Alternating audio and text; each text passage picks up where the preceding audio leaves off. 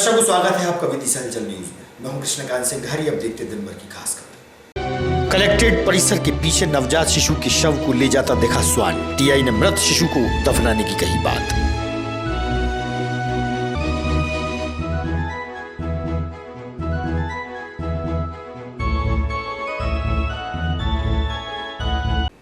विगत 4 महीने से गायब पत्नी की तलाश में गांव-गांव भटक रहा है 4 बच्चों का पिता। मीडिया से साझा किया अपना दर्द।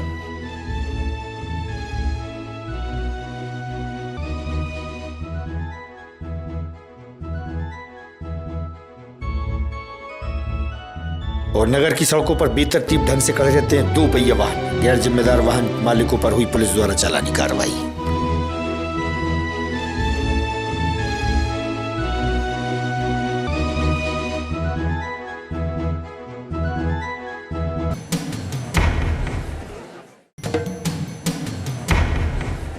अब खबर विस्तार से। नवीन कलेक्ट्रेट के पीछे परिसर में एक नवजात शिशु का शव स्वान को ले जाते हुए देखा गया।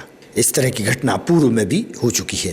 जरूरत है ऐसे मामलों को गंभीरता से लेने की। मौके पर पहुंचे टीआई आशुतोष सिंह ने मृत शिशु के शव को दफनाने की बात कही है। पर किस तरीके की स्थिति देखी गई है? ये कलेक्ट्रेट कंपाउंड बिल्डिंग है, न्यू कंपोजिट बिल्डिंग, और हम कैंटीन के पास खड़े हुए हैं। यहाँ पे एक दो दिन का ही बच्चे का शव दिखा है। ऐसा लगता है कि मेडिकल कॉलेज से जो बच्चे मृत हो जाते हैं, नवजात शिशु, तो उसको पीछे गाड़ दिया जाता है, पीछे जो खाली स्थान है। तो हो सकता है कि कुछ कम गड़ पाया हो, क्योंकि बच्चे के पैर में जो है पट्टी भी है, साथ के चिकित्सालय में जो प्रक्रिया अपनाई जाती है मृत बच्चों के प्रति, वो भी है। और टीआई साहब और पुलिस कोतवाली भी आ चुके हैं, और नगर पालिका के लोग फिर दोबारा ले जाके उसको अंतिम संस्कार कराएंगे।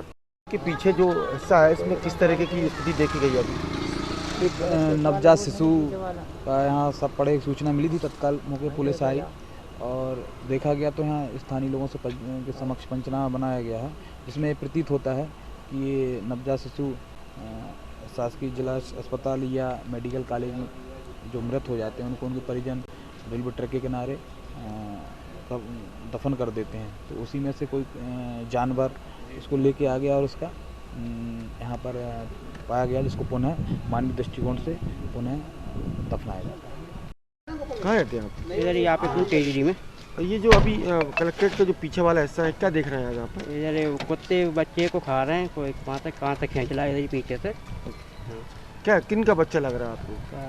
लड़की है कि लड़का है, ये पता नहीं। मानव का जा है? हाँ, मानव। कब से देख रहे हैं कुत्ता? अब भी देगा 10-15। अखिल भारतीय विद्यार्थी परिषद द्वारा ITI कॉलेज से प्रारंभ होकर मुख्य बाजार से उद्घोष रैली निकाली गई, जो स्वामी विवेकानंद चौराहे पर पहुंची। ABVP के सदस्य ने दी जानकारी।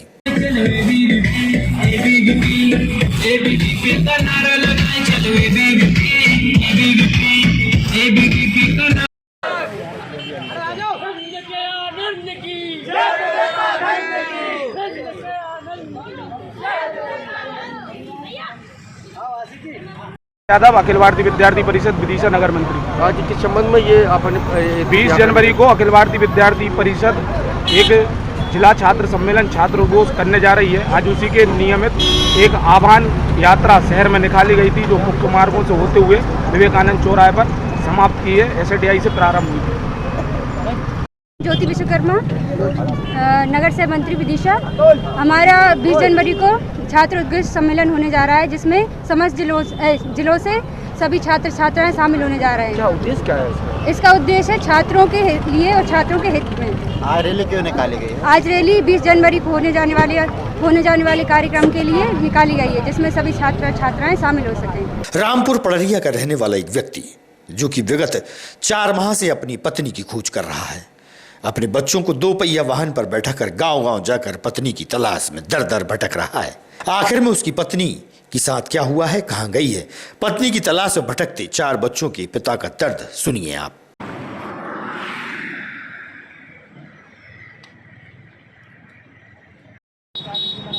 कहाँ रहते हैं? रामपुर पड़ा रही है। ये जो बच्चे हैं आप, हेलो। ये बच्चे हैं आपके बहुत सारे, कितने बच्चे हैं आपके? 4 बच्चे हैं, एक बच्चा घर पे है, अभी विकलांग है वो। क्या करते हैं आप? कुछ नहीं कर रहा भैया, मैं तो मांग के खा रहा हूँ।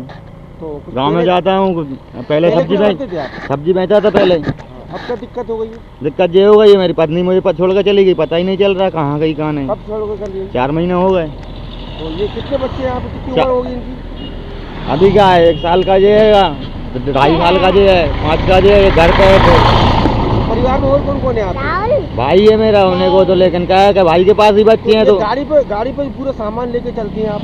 तो क्या करूँ मैं फिर? इनको कहाँ छोड़ दूँ, किसके भरोसे छोड़ दूँ? मांग के ही खाते हैं? क्या करूँ? और मैं गांव में जाता हूँ, आटा मिल शादी जाता कैसे करी थी आप? है। शादी कैसे करी? शादी तो हमने दोनों ने मनपसंद से शादी हुई थी, कब, दोनों कितने की। साल पहले? ये हुई थी अभी, हमारे जैसे 2 बच्चे हो गए। राजस्थान के डींडवाना में हैंडबॉल प्रतियोगिता जूनियर बालिका की 44वीं प्रतियोगिता में विदिशा की बेटी संपदा पांडे ने मेडल प्राप्त किया है। मंगलवार को विदिशा पहुंचने पर शहरवासियों ने स्वागत किया और उज्जवल भविष्य की बधाइयां दी।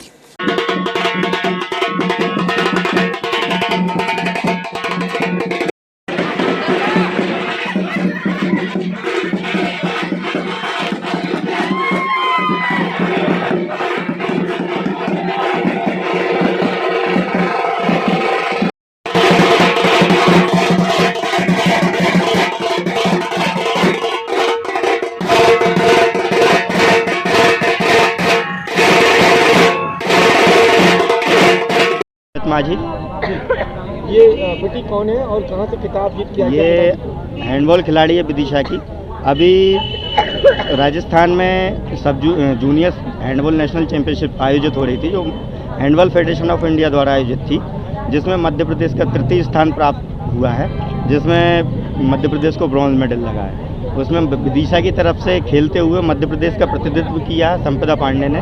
हमारे स्टूडेंट है और निरंतर एक्सीलेंस स्कूल में ट्रेनिंग लेती है। मेरे पास ये लगभग 5 साल से कर रही है और पहली बार नेशनल खेलने गई है। और उपलब्धि की बात यह है कि पहली बार नेशनल खेलते हुए भी पदक अर्जित करना। बड़ा लक्ष्य हासिल किया, हैंडबॉल जैसा गेम जिसके लिए कंपटीशन भी कम रहते हैं, तो सर ये कहने को बोला जाए तो विदिशा में कम है, लेकिन आप विदिशा से बाहर जाएंगे ना तो वर्ल्ड का मोस्ट फास्टेस्ट गेम है। तो विदिशा को छोड़ के अगर आप बाहर जाएंगे तो इसको हैंडबॉल को बहुत ज़्यादा मान्यता प्राप्त है और अच्छा गेम है। विदिशा की पहली बेटी जो नहीं, इससे पहले भी कई बार बच्चियाँ नेशनल जा चुकी हैं। ये अभी जस्ट अभी 15 दिन पहले ही सब जूनियर नेशनल खेल के आई है मेरी लड़की।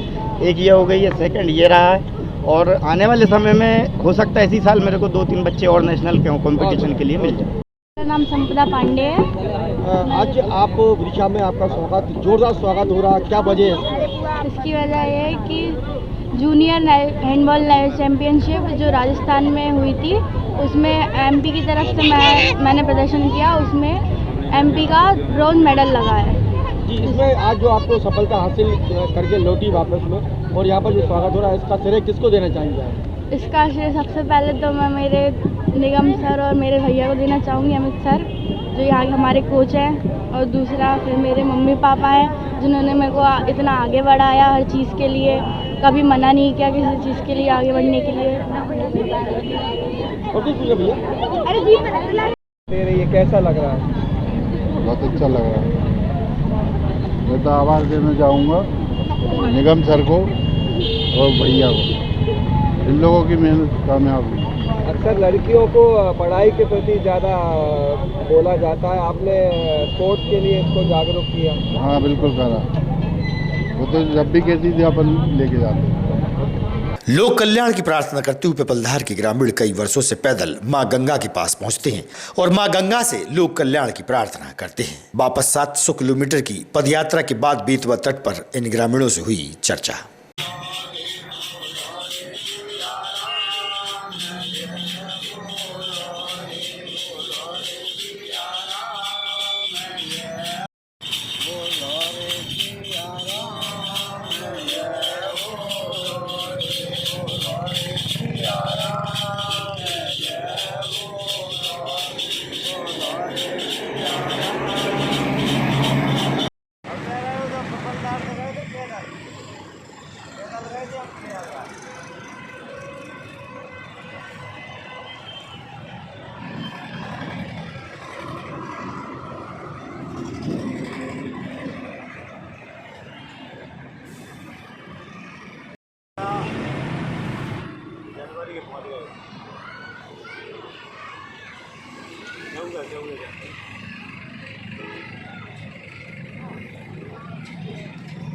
युवराज सिंह यादव, कहाँ के रहने वाले हैं आप? बेड़खेरी घाट, तो ये आप कहाँ से आ रहे हैं आप? इलाहाबाद।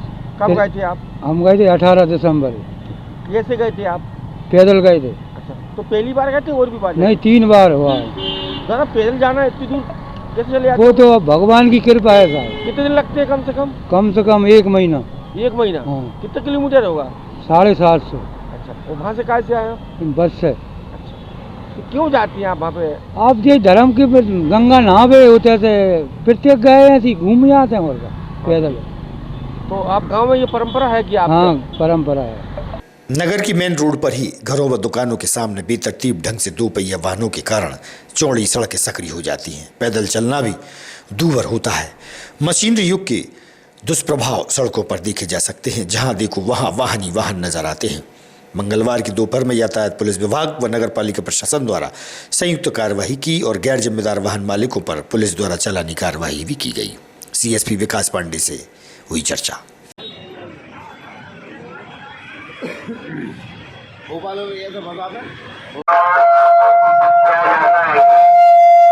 जो वाहन अनावश्यक खड़े हैं खनन की स्थिति में है उनको कृपया तत्काल हटाएं ताकि यातायात व्यवस्था बाधित न हो।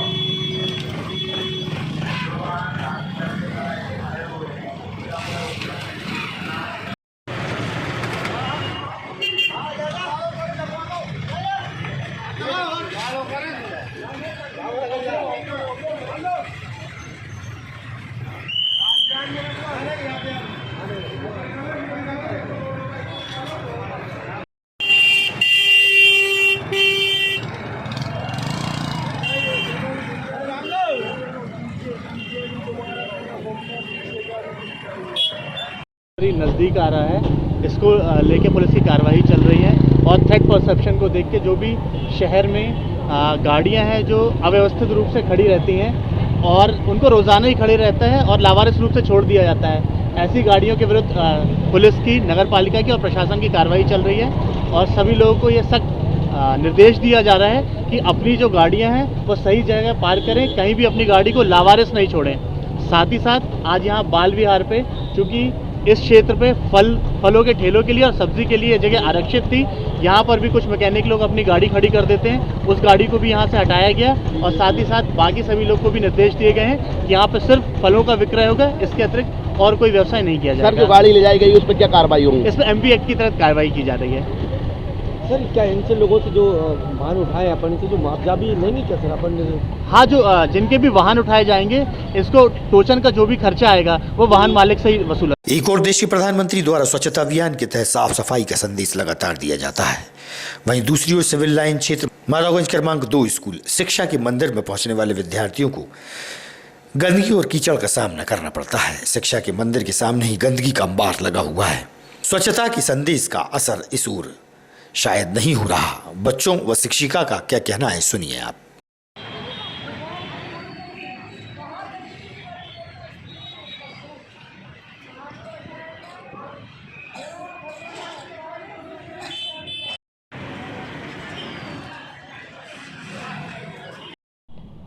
कौन सी स्कूल में पढ़ते हो आप? हम शासकीय माध्यमिक शाला माधवगंज क्रमांक 2। यहाँ पर जो बाहर कितनी गंदगी है, इसके बारे में क्या कहेंगे आप?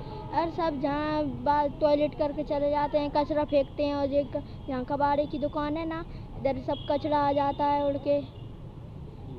आपको नुकसान नहीं होता शरीर पर? नहीं, गंदगी आती है, बास आती है बहुत तेज। श्रीवास्तव।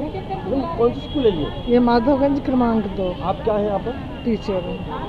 यहाँ पर जो स्कूल के मुख्य द्वार पर इतनी गंदगी है, कबाड़ा है, बदबू आ रही है, ये सब बच्चों को भी बहुत समस्या होती है और इसके कारण बदबू तो आती है। एक प्रॉब्लम और है कि सारे जेंट्स जो बाहर वाले हैं इस तरफ मुँह करके टॉयलेट करते हैं। हम शिक्षिकाएं भी घूमती हैं, छोटी बच्चियां भी घूमती, इसका गलत प्रभाव पड़ता है और जैसे ही अंदर आते हैं बहुत गंदी बदबू आती है। कुछ शिकायत वगैरह नहीं की आप लोगों ने? हाँ, शिकायत की हमारे HM सर ने किया नगर पालिका को, पर होता कुछ नहीं है, कचरा डालते हैं लोग। मैं कृष्णकांत सिंघारी आपसे लेता हूँ विदा। आप देखते रहिए विदिशा हलचल न्यूज। नमस्कार।